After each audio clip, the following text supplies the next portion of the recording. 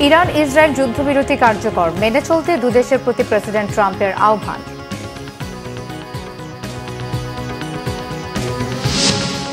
জুলাই হত্যা, শেখ হাসিনার বিরুদ্ধে মামলার শুনানি 1 জুলাই। আশুলিয়ায় হত্যার পর 6 লাশ পোড়ানোর ঘটনায় মিলেছে 16 জনের সম্পৃক্ততার প্রমাণ। সিলেট ও সুনামগঞ্জের 2টি সীমান্ত দিয়ে আরও 39 জনকে পুশিং করেছে বিএসএফ, আটক করেছে বিজেপি।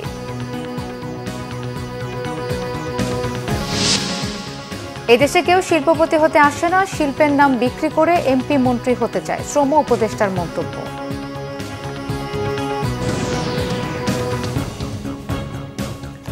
দেখছিলেন ক্রাউন ইভেন্ট সংবাদ শিরোনাম।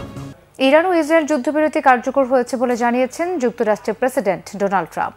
সামাজিক মাধ্যম ট্রুথ সোশ্যালে দেয়া পোস্টে যুদ্ধবিরতি লঙ্ঘন না করার অনুরোধ জানিয়েছেন তিনি। ট্রাম্পের আহ্বানে রাজি হয়েছেন ইসরায়েলের প্রধানমন্ত্রী বেনিয়ামিন নেতানিয়াহু। যদিও যুদ্ধবিরতি ঘোষণার পরও ইরান ইসরায়েল পাল্টাপাল্টি হামলায় দুই দেশে হতাহতের খবর পাওয়া গেছে। শহীদ আরাফাতের ডেস্ক রিপোর্ট। 12 দিনের রক্তক্ষয়ী সংঘাতের পর মধ্যপ্রাচ্যে শান্তির পতাকা ওড়ালেন মার্কিন প্রেসিডেন্ট ডোনাল্ড ট্রাম্প। দাবি করলেন কার্যকর হয়েছে ইরান ইসরায়েল যুদ্ধবিরতি। ট্রুথ সোশ্যালে ট্রাম্পের পোস্টকে ভিত্তি করে যুদ্ধবিরতির বিষয়টি ইরান ও ইসরায়েলের একাধিক গণমাধ্যমও নিশ্চিত করেছে। ইসরায়েলের প্রধানমন্ত্রী বেনিয়ামিন নেতানিয়াহু ট্রাম্পের আহ্বানে সাড়া দিয়ে যুদ্ধবিরতিতে রাজি হয়েছেন। যদিও এর আগে ট্রাম্পের যুদ্ধবিরতির মন্তব্য নিয়ে ব্যাপক জলঘোলা হয়। যুদ্ধবিরতির ঘোষণার আগে আরেকটি পোস্টে ট্রাম্প জানিয়েছিলেন ইসরায়েল ও ইরান সর্বাত্মক যুদ্ধবিরতিতে রাজি হয়েছে, আর সেই বিরতি শুরু হবে ইরানের হাত ধরে। 12 ঘন্টা পর ইসরায়েলও আনুষ্ঠানিকভাবে এতে যোগ দেবে। 24 ঘন্টা পর চলতি সংঘাত সমাপ্ত হবে। প্রতিক্রিয়ায় সামাজিক মাধ্যম এক্সে ইরানের পররাষ্ট্রমন্ত্রী আব্বাস আরাকচি বলেছিলেন, চুক্তির বিষয়টি চূড়ান্ত নয়। ইসরায়েল হামলা বন্ধ করলে ইরানও পাল্টা হামলা বন্ধ করবে। আব্বাস আরাকচির ওই মন্তব্যের পর ইসরায়েল ও ইরানের মধ্যে পাল্টাপাল্টি মিসাইল হামলা হয়। সাইরেনের আতঙ্ক ছড়ায় ইসরায়েলের রাজধানী তেল আবিব ও এর আশেপাশের শহরে। ইরানের মিসাইল হামলায় নিহত হয় অন্তত 3 জন, ক্ষতিগ্রস্ত হয় বেশ কয়েকটি ভবন।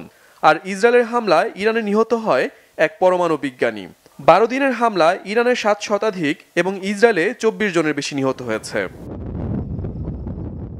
এর আগে গত 22 জুন ইরানের 3টি পরমাণু স্থাপনা লক্ষ্য করে মার্কিন বিমান হামলার পর মধ্যপ্রাচ্য পরিস্থিতি তীব্র আকার নেয়।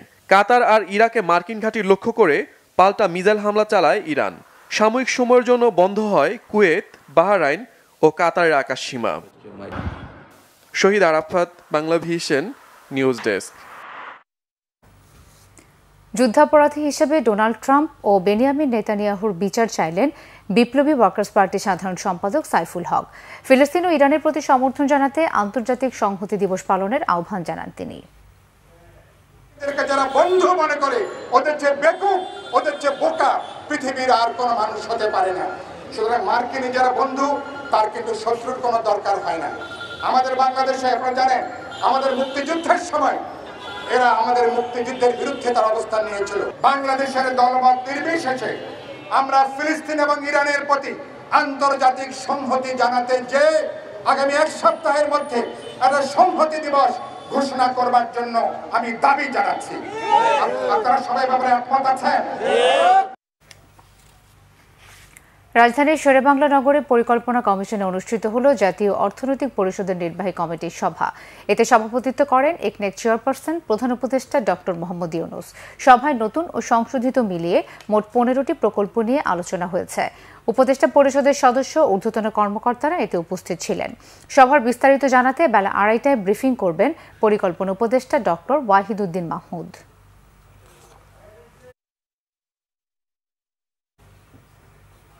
সাবেক প্রধানমন্ত্রী শেখ হাসিনা সহ 3 আসামির বিরুদ্ধে জুলাই আগস্টের মানবতাবিরোধী অপরাধের মামলার অভিযোগ গঠনের শুনানি আগামী 1 জুলাই।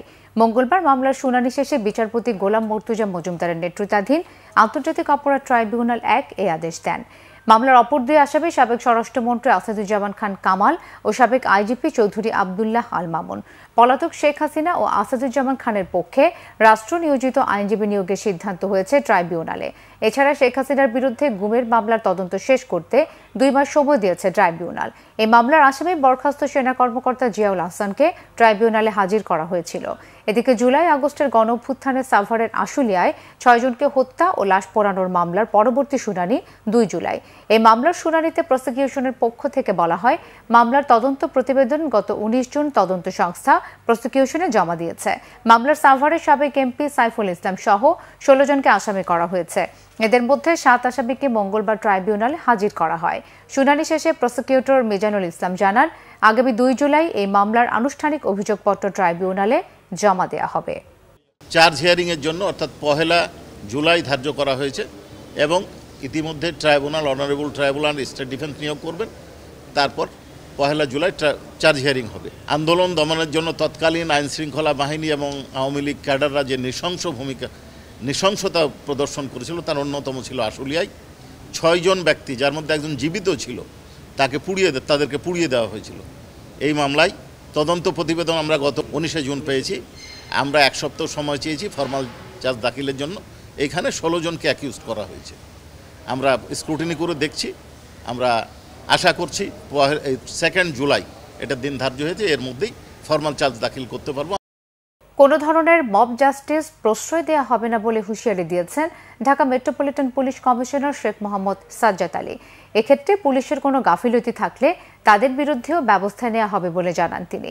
ডিএমপি সদর দপ্তরে জাইকার অর্থায়নে সড়ক নিরাপত্তা সংক্রান্ত এক অনুষ্ঠান শেষে এসব কথা বলেন তিনি।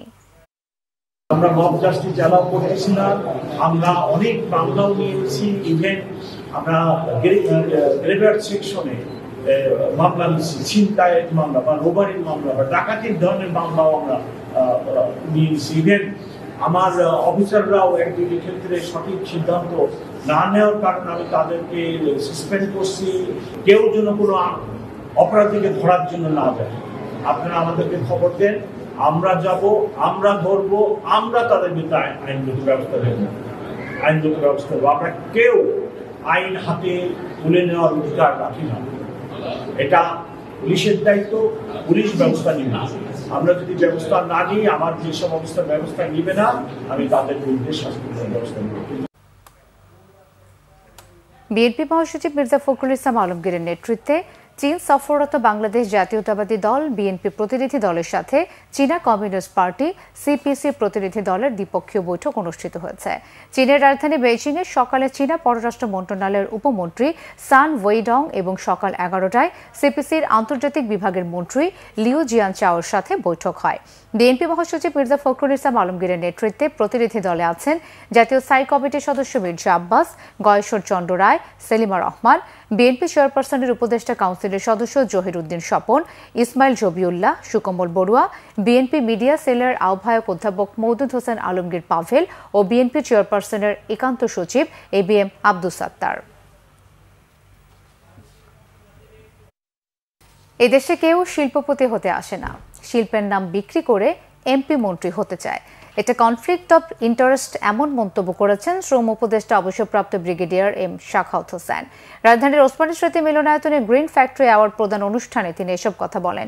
এম শাখাওয়াত হোসেন জানান, আইএলওর সম্মেলনে গিয়ে শুনতে হয় বাংলাদেশের এটা নেই সেটা নেই, এদেশের শ্রমিকদের অধিকার নেই। স্বাধীন দেশের সিনিয়র নাগরিক হিসেবে এসব শুনতে লজ্জা লাগে বলে মন্তব্য করেন তিনি।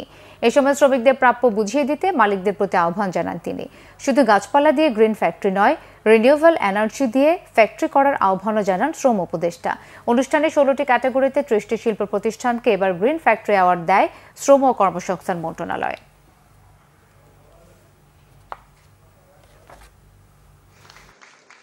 আমাদের শিল্পপতিরা, বিশেষ করে কিছু অর্গানাইজেশনে যারা মেম্বার হন, ওনাদের ওইখানে যাওয়ার উদ্দেশ্য হচ্ছে রাষ্ট্র ক্ষমতায় যাওয়ার জন্য। ওনারা এমপি হবেন, এমপি হয়ে মিনিস্টার হবেন। উনি একজন যখন শিল্পপতি মন্ত্রী হন, মিনিস্টার হন, তিনি তখন ওনার যে শিল্পটা কিভাবে বাঁচানো যায় এটাই দেখেন। এবং এই কনফ্লিক্ট অফ ইন্টারেস্টটা এমনভাবে গত বহু বছর, প্রায় 1.5 যুগের উপরে হয়েছে কনফ্লিক্ট অফ ইন্টারেস্ট প্রত্যেক জায়গায়, সেটা বিসিসিআই হোক অথবা সেটা বিজিএমই হোক। এই কনফ্লিক্ট অফ ইন্টারেস্টের কারণে ওনাদেরটা দেখেছেন, কিন্তু ওয়ার্কারদের যে বিষয়গুলো সেগুলো দেখেন নাই।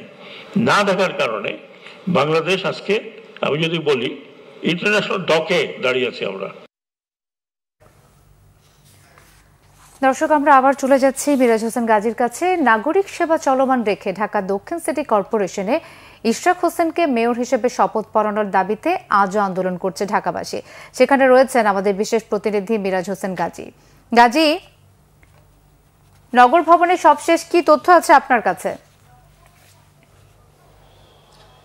মিথিলা, এই ঢাকা দক্ষিণ সিটি কর্পোরেশনে যেই কর্মবিরতি এবং অবস্থান কর্মসূচি চলছিল লাগাতার, সেই কর্মসূচির অংশ হিসেবে আজকে এবং গতকাল এই দুদিন কিন্তু নাগরিকদের স্বাভাবিক যে সেবা কার্যক্রমটি, সেই সেবা কার্যক্রমটি চলমান রয়েছে। এবং একই সাথে যারা অবস্থান কর্মসূচি পালন করছিলেন ঢাকাবাসীর ব্যানারে এবং নগর ভবনের যেই শ্রমিক কর্মচারী ইউনিয়ন আছে, তারাও আসলে এখানে কর্মসূচি পালন করছিলেন আজকে।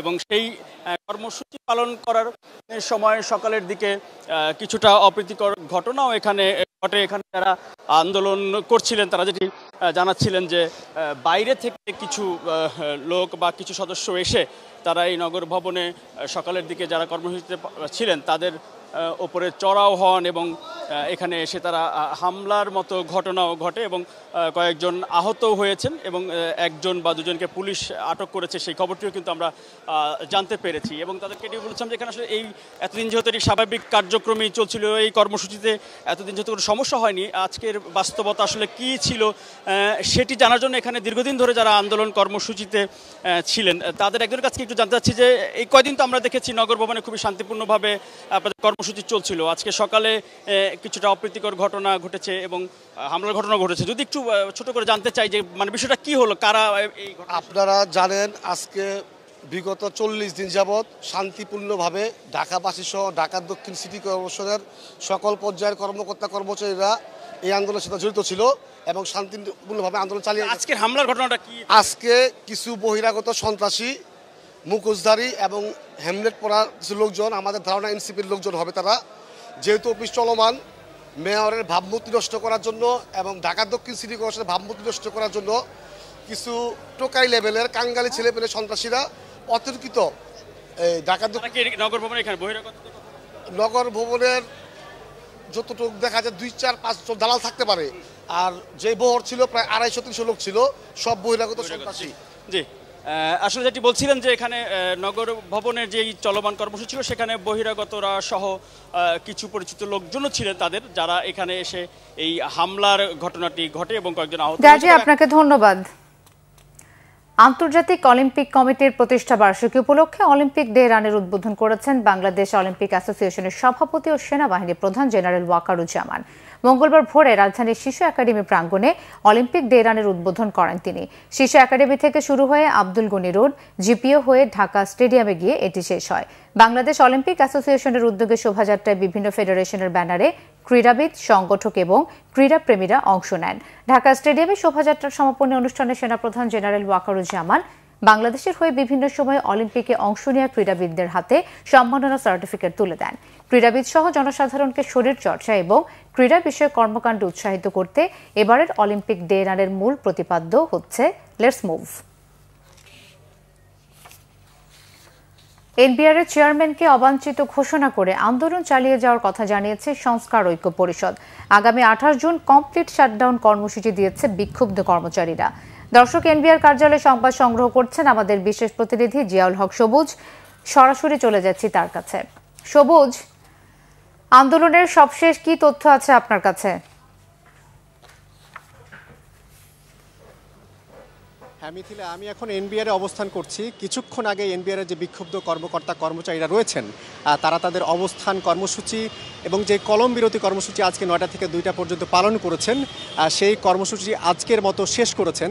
তবে তারা বলছেন যে তাদের যে দাবি, বিশেষ করে 4টি দাবি, রাজস্ব বোর্ডকে একেবারে বিলুপ্ত না করে সংস্কার প্রক্রিয়ার যে সরকার উদ্যোগ নিয়েছে সেটি যথাযথভাবে না করা পর্যন্ত যত দ্রুত সম্ভব এটিকে যাতে বোর্ডের মর্যাদায় উন্নীত করা হয়, একই সাথে নিপীড়নমূলক এবং প্রতিহিংসা পরায়ণ সিদ্ধান্ত হিসাবে কয়েকজন কর্মকর্তা এবং কর্মচারীকে যাদেরকে এনবিআর বদলি করেছে তাদের যে বদলির আদেশ সেটি প্রত্যাহার না করা পর্যন্ত তারা তাদের কর্মসূচি চালিয়ে যাবেন।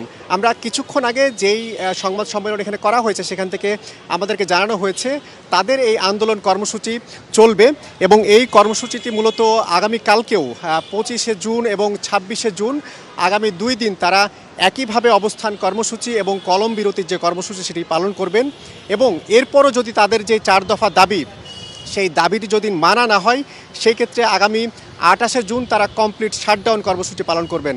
অর্থাৎ তারা কোনো ধরনের কোনো কর্মকাণ্ডে থাকবেন না। বিশেষ করে কর কর্মকর্তা, রাজস্ব কর্মকর্তা, বিশেষ করে ভ্যাট এবং কাস্টমসের যে কর্মকর্তারা রয়েছেন, কর্মচারীরা রয়েছেন, তারা পুরো দমে তাদের কাজ বন্ধ করে দিবেন। শুধুমাত্র আন্তর্জাতিক যে পরিষেবা রয়েছে সেই পরিষেবা বাদে সব ধরনের কর্মসূচি তারা সরে এসে কমপ্লিট শাটডাউন কর্মসূচি পালন করবেন। এই হচ্ছে এখানকার সবশেষ অবস্থা।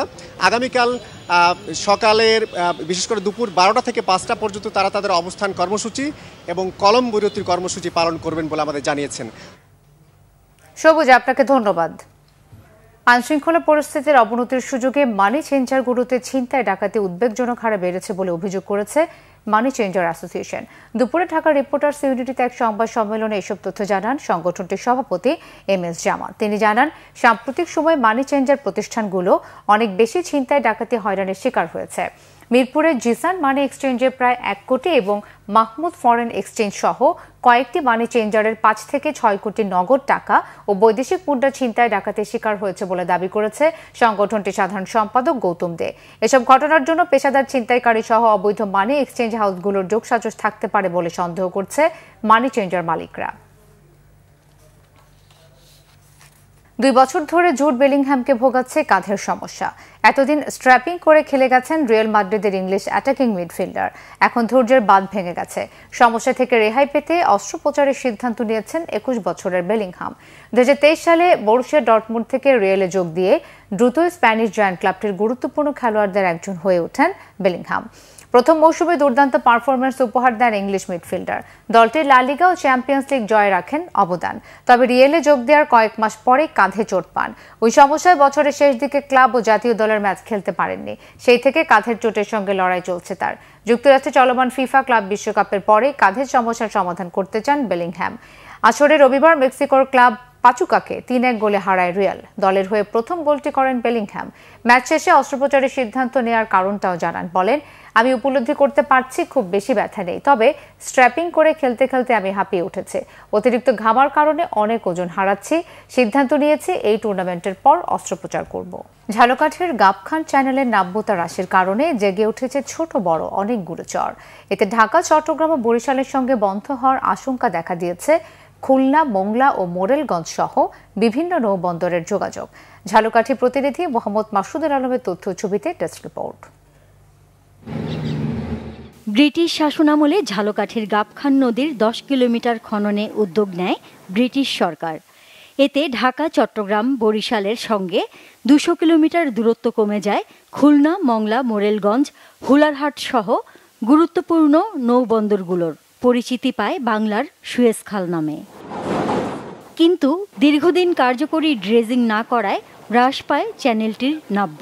এ কারণে যথাসময়ে পণ্য নিয়ে গন্তব্যে পৌঁছাতে পারছে না মাঝারি অনেক জাহাজ। এছাড়া প্রায় 200 কিলোমিটারের বেশি পথ ঘুরে বঙ্গোপসাগরে দিয়ে যেতে হচ্ছে বড় আকারের জাহাজগুলো। এতে সময়ের সাথে ক্ষতি হচ্ছে অর্থেরও। গাবখান চ্যানেলে আমরা ঢুকতে পারি না, কারণ ওইখানের মধ্যে মুখের মধ্যে পানি কম, ড্রেজিং হয় না ঠিক মতো, 2টা জাহাজ একসাথে আপ ডাউন করা যায় না।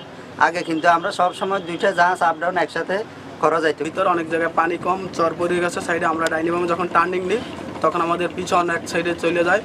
আমরা জাহাজটা কন্ট্রোল করতে খুবই অসুবিধা হয়। মানে আমরা অনেক সময় মতো ঘাটে পৌঁছতে পারি না। খুব একটা সেরকম ড্রেজিংয়ের কিছু আমরা দেখিনি, যে কারণে এই পলি পড়ার কারণে এখন বিভিন্ন বড় ধরনের লাইটার জাহাজগুলো এই চ্যানেলে প্রবেশ না করে বেশিরভাগই চলে যাচ্ছে আপনার আউটারের সমুদ্র পথ ধরে। আমাদের ড্রেজিং করতে আসার পরে ইঞ্জিনের ত্রুটি হয়েছে, ইঞ্জিন মেরামত করার জন্য অফিস নিয়ে গেছে। ইঞ্জিন মেরামত শেষ হলে আবার পুনরায় কাজ চালু হবে। ইঞ্জিন থাকে মানে ওকে থাকে, তাহলে আমরা 1 ঘন্টা আমাদের সময় অপচয় করতে রাজি না। সমস্যা সমাধানের প্রক্রিয়া চলমান আছে বলে জানান এই কর্মকর্তা।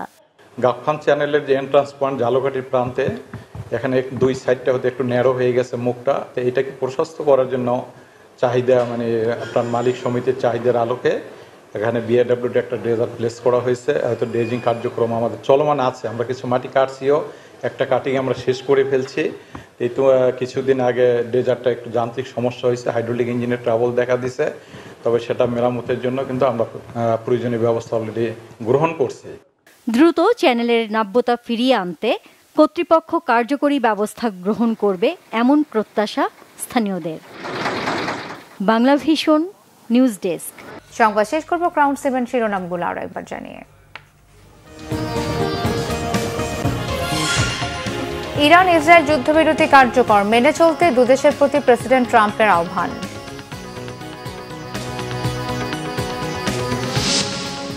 জুলাই হত্যা শেখ হাসিনার বিরুদ্ধে মামলার শুনানি 1 জুলাই। আশুলিয়া হত্যার পর 6 লাশ পোড়ানোর ঘটনায় মিলেছে 16 জনের সম্পৃক্ততার প্রমাণ। সিলেট ও সুনামগঞ্জের দুটি সীমান্ত দিয়ে আরো 39 জনকে পুশিং করেছে বিএসএফ, আটক করেছে বিজিবি। এদেশে কেউ শিল্পপতি হতে আসে না, শিল্পের নাম বিক্রি করে এমপি মন্ত্রী হতে চায়, শ্রম উপদেষ্টার মন্তব্য।